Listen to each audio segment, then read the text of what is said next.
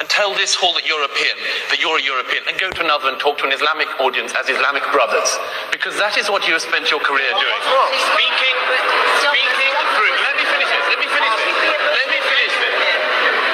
finish this. And Harry comes here one day and says, we fellow Europeans, we all speak to each other as fellow Europeans. And another, he speaks to a Muslim audience and says, we as Muslims.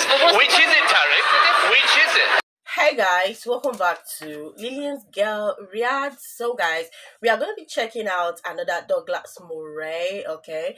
And today we are going to be checking out Europe is falling its Muslims. This is actually analysis, okay?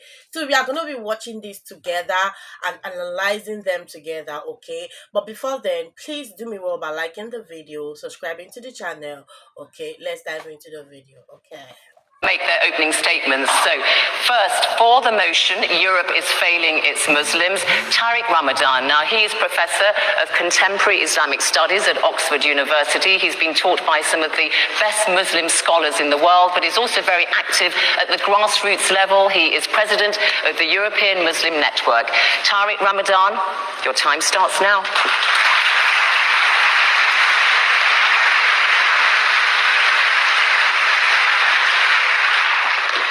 Thank you. Let me start by saying that we are living in a difficult situation. If you listen to what is said in the European countries, the perception is very bad. 75%, for example, French people are associating Islam with violence. The perception is that Islam is a problem and that Muslims are creating problems. They are not really perceived at home in Europe. Every single European society has its own debates, its own controversies around the Muslim presence. The first one is the way Europe is defining itself. The current discourse and the general discourse is that Muslims are not European citizens. We have millions of Muslims that are already Europeans. And this is the situation when we speak about Turkey, for example. It's as if we are speaking about people who are coming from outside, not acknowledging the fact that we already have Europeans that are Muslims in our country.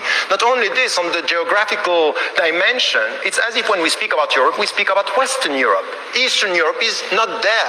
The Muslims who are being Europeans for generations and centuries are not perceived as Europeans. The Bosnian people are not Europeans. It's as if because they are Muslims, they are less Europeans.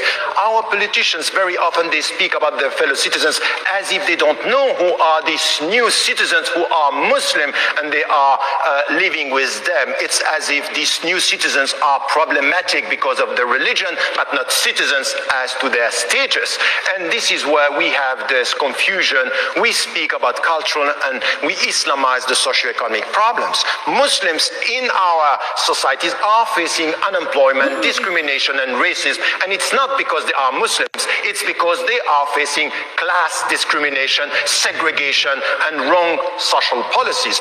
At the cultural level, it's as if the new visibility of the Muslims is just showing that they don't want to integrate. In fact, it's exactly the opposite. The opposite, they are visible.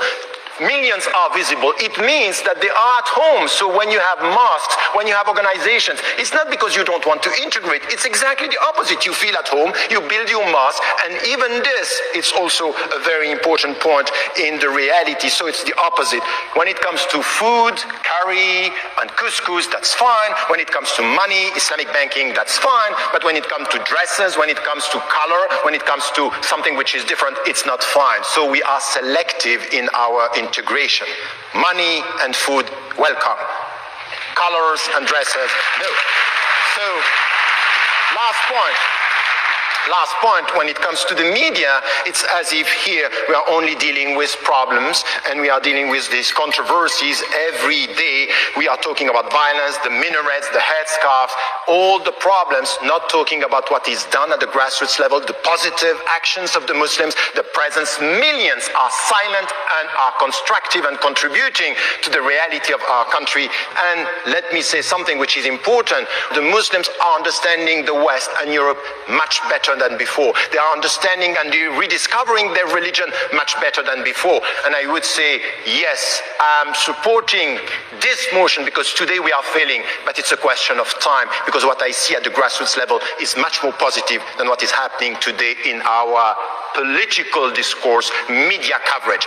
Things are very important behind. This is what I call the silent revolution. But we need time, and it will be coming. Thank you.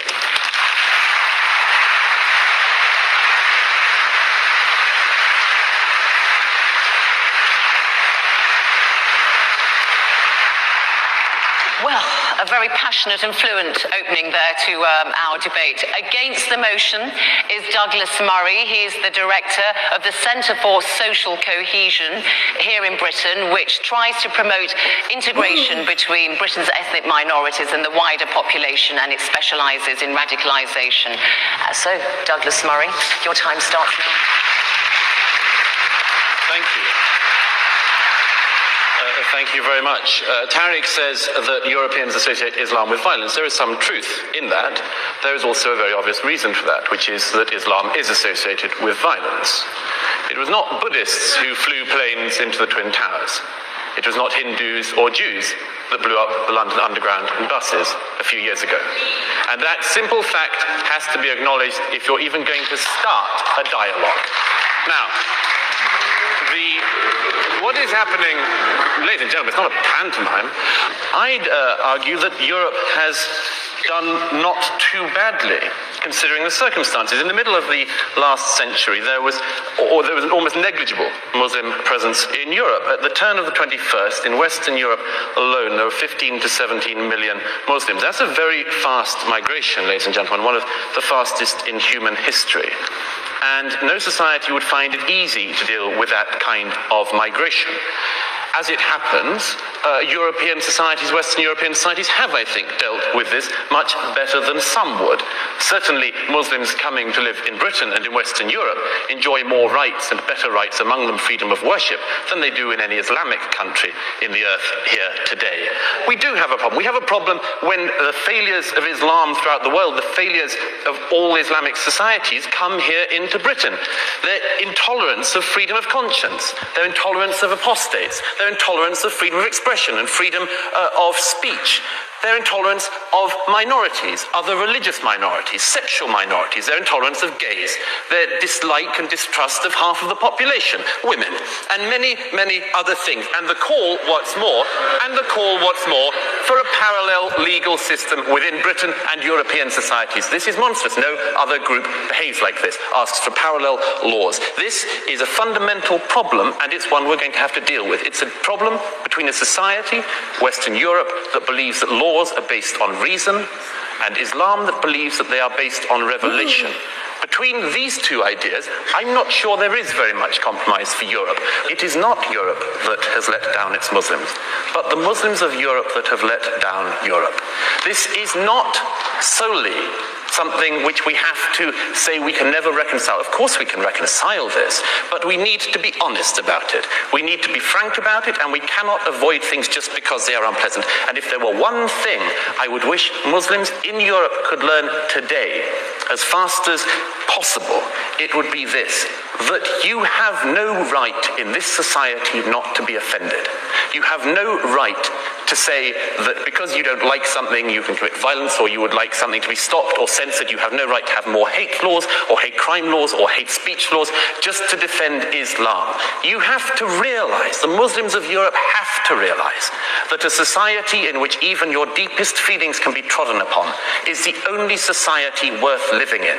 And the sooner we can learn that, the sooner that Islam can learn that within Europe, the better. It is not Europe that has failed its Muslims. It is Islam that has failed Europe. I'd argue Islam has failed its Muslims. Thank you. Certainly stirred things up a bit there, didn't you, Douglas Murray? Thank you very much indeed. Okay, well, let me invite some comments from the floor, and let's go to the lady there. Yeah. I'm a British female. I love this country, and I give this country. Now you're calling me a problem. I don't think I am. I think you are. Second point is, as a Muslim female, okay, my parents might not let me go somewhere late at night because People are racist to me. They tell me to go back home and they hurt me. I got hit by 2 white guys and they laughed at me because I'm a scarfy, okay? Last point is to Mr. Fleming, about the point where you said about the religion, changing religion. Every person has a right to. No one says anything about that. But if you had a daughter or a son that wanted to become a Muslim, would you be happy about that? I don't think so. Could you answer the question, Petra? When my daughter was born in 98, I called her Soraya, which is the Arabic name for Pleiades, because I felt that she needed to have a present for the rest of her life. After 9/11, people asked me whether I had regretted giving her an Arabic name. And I felt sorry for the person who asked that question. That there's prejudice against... No, the point I'm making is, and I think it's the point the lady is making as well, that the fact that people are called Muhammad is probably, in the perception of many, putting them in a disadvantage. And of course, I totally disagree. Douglas, I want to ask you, you heard some of the people from the floor there, the woman complaining about attacks on her because she's described as a scarfie because she wears a head veil. I mean, that is something that you would regret. I mean, that doesn't promote social cohesion. Nobody thinks that any physical attacks or any such thing could be a good thing to happen. Of course not. Of course there are. Let's make sure we're right. Talking about prejudice exists in society. Let's just be absolutely clear, this is an audience. Prejudice undoubtedly exists in this society. It exists across racial groups, including from minorities to other minorities, after all, which is one of the things we see increasingly in Britain these days. And it is also the case that people, in particularly famously lower socioeconomic groups, are likely to feel hatred for other groups. That is one of the things that has to be tackled, and everyone, I think, in this hall, I'm sure, we're in agreement that that should be tackled. But do not mix up somebody, a thug, a racist, and so on, attacking somebody in the street with the right of Fleming and me to say what we see in the Quran, what we think of Muhammad, and maybe even asserting our right to say so. Okay, all right. Now, closing statements. Thank you. Well, first of all, just to pick up on a couple of people, particularly women, who've said about the terrific things that Islam gives women in terms of rights. The first thing is, yes, in 7th century Arabia, some of this was progressive. In 21st century Britain, it is not. And you have to make that fundamental admission that the Quran is not a document for women's rights in Europe in 2010. It is not. Secondly, why is it that only Islamic societies and mosques in this country are places which teach and preach hatred of other minorities? Every single week in this country,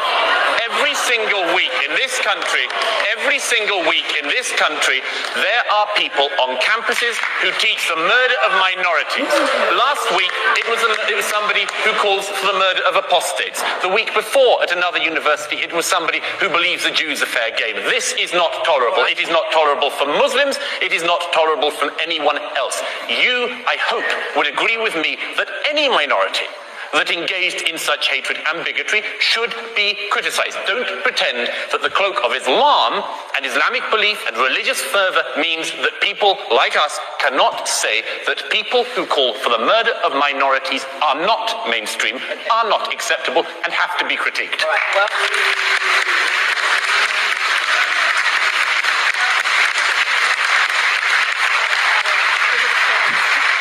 Tariq Ramadan, Professor of Contemporary Islamic Studies at Oxford University.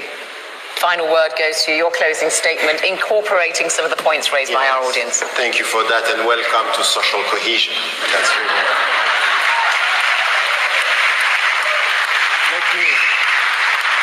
So I would say here that when we look at what is happening now, I am saying yes, now Europe is failing its Muslims as something which is the global, the overall picture.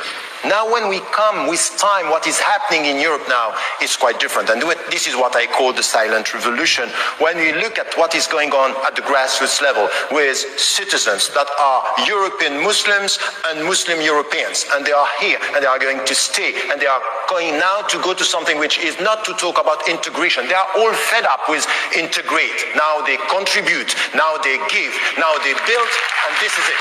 So to respond to what you said, I would agree with you that the feeling of the Muslims that they are at home, but for the time being, we still have to work. This is why I'm saying, yes, we are failing our Muslims, and we have to work together to change this perception and to change the reality. And the first, I'm addressing here, and by the way, you know, I can call you brother in humanity. I did it yesterday. I'm going to do it today. I'm going now to tell you this. It's not a problem for me to say to my brothers and sisters in humanity, in religion, and as citizens that we are brothers and sisters. If you have a problem with brotherhood, it's not my problem. So the point here is, please, we have been talking about what doesn't work. Let us speak about what works at the grassroots level. All right, let's...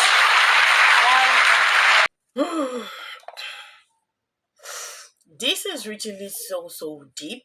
Like I could always say, like this is epic for me. Okay, this video is literally 4 years, guys. This problem still exists. So it brings the question, guys.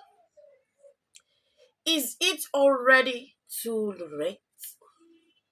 Is it already too late? Let's tell this to ourselves.